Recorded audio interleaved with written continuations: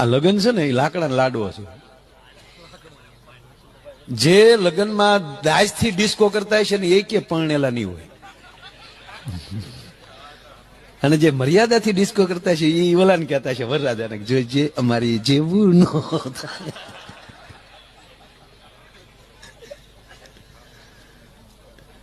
એવા એક વર્ષ તો એવું જાય પરણ્યાનું. ફરવા જતા હોય તો વળી એ આગળ હાલ્યો જતો હોય, વાહે ઓલું ગમક ગમક હાલ્યો આવતું હોય, તા તો ઓલો વળી મારો દીકરો થોડો થોડો થતો, જે ગાંડી ખાધો છે તારી માને બધું દેખાય, એટલું બધું ઢીલું હું પડે એમ.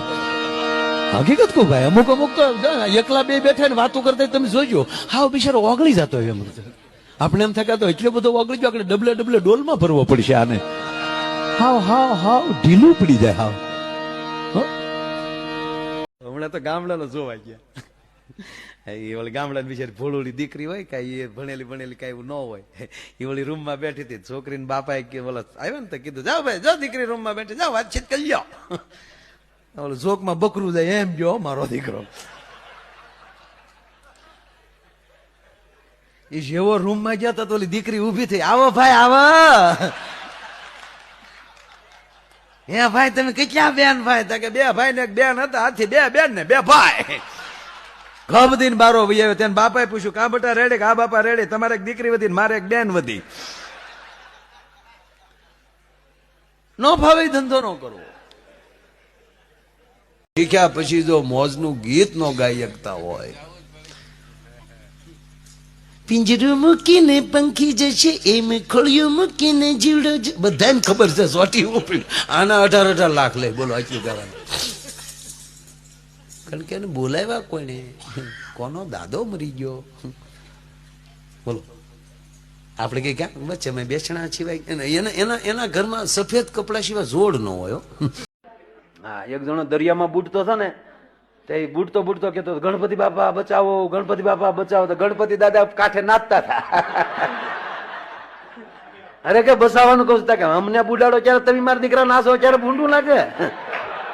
હમણાં ચૂંટણી ગઈ ને બાબુ, એક જણો ઓલો મત દેવા ગયો, બેન મત દેવા ગયા, મત દેવા ગયા એટલે સામે ઓલા અધિક આમ ઓલું કરે ને બધું સહી ને એવું, તો એ ઓલું ટપકું કરે ને,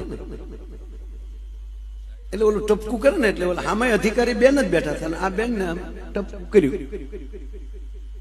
એટલે બેને પૂછ્યું કે મેડમ આ કેટલા દિવસ કાળું રહેશે? કે 1 મહિનો તો ખરું. 1 મહિનો રહેશે કા? તો અંબોડો ખોલીને વાળ નાખ્યા, તો વાળ જ રંગી ગયો ને અમારે તો 10 દિવસે પોતા મારવા પડે. બોલે કે બેન એ લોકોને ભાષા દેવી, સુરતી ભાઈઓની ભાષામાં તમને લાગે આપણે સત્યનારાયણની કથા સાંભળી એ કઠિયાર 10 વાર ગાળ દઈ દે.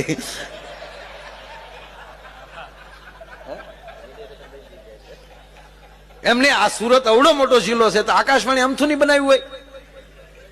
આકાશવાણી બન્યું જ નથી. શું કામ? સમાચારમાં 15 ગાયા.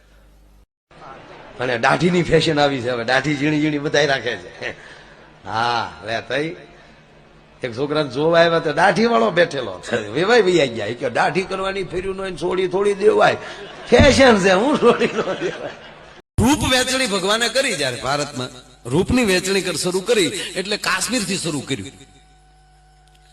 કાશ્મીર થી રૂપ દેતા દેતા દેતા દેતા દક્ષિણમાં ગયા તો રૂપ ખાલી, કલર જાય તો પૈસા પાસા.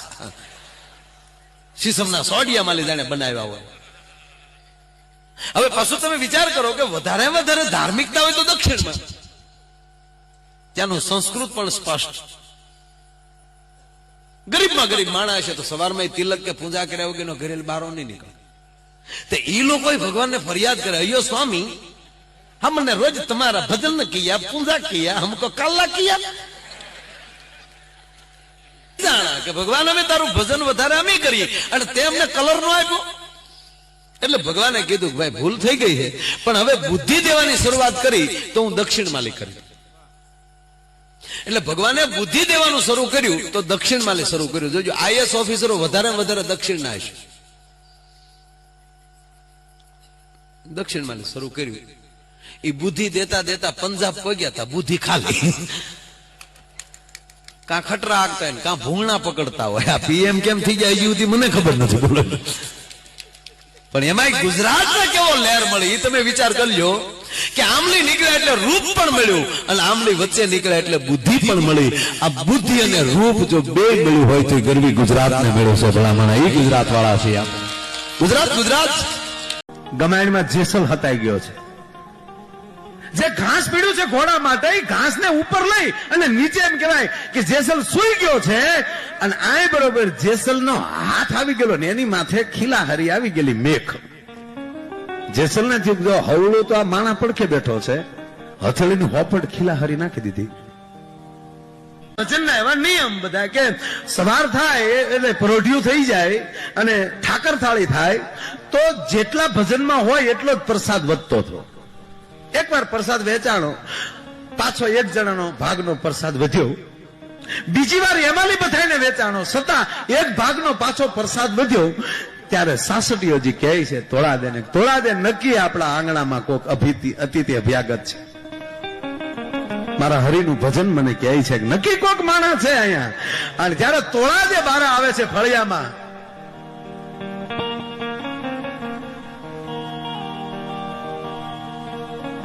આ ફળિયામાં જે કોઈ જીવ હોય એ પ્રગટ થાઓ. તમે નિર્ભય છો, તમે એક સંતને આંગણે છો, અહીંયા ડરવાનું ન હોય. તમે નિર્ભય છો. જ્યાં બોલે છે ત્યારે ગમાણ માલી જેસલ કહે છે કે હું અહીંયા છું, કેમ આવું? કે પણ વયાવો કે આવું કેમ? મારા હાથમાં મેખ મારી છે. મેખને કાઢે છે, જેસલને ઉભા કરે. જેસલને ઉભા કર્યા અને સાસટીયા કાઠી ઓળખી જાય. કચ્છની ધરતીનો કાળો નાગ જેસલ. ગુરુ લહણ ડુંગળી ખબર ના પડે ને એ પાઉંભાજી મગાવતા.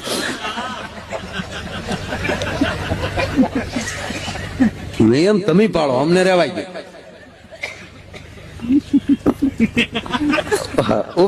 પંકજ છયા બ્લોક મારી મામાની ચેનલ છે, તેને લાઈક કરો, શેર કરો, સબસ્ક્રાઇબ કરો, કોમેન્ટ કરજો. બધાને જય દ્વારકાધીશ.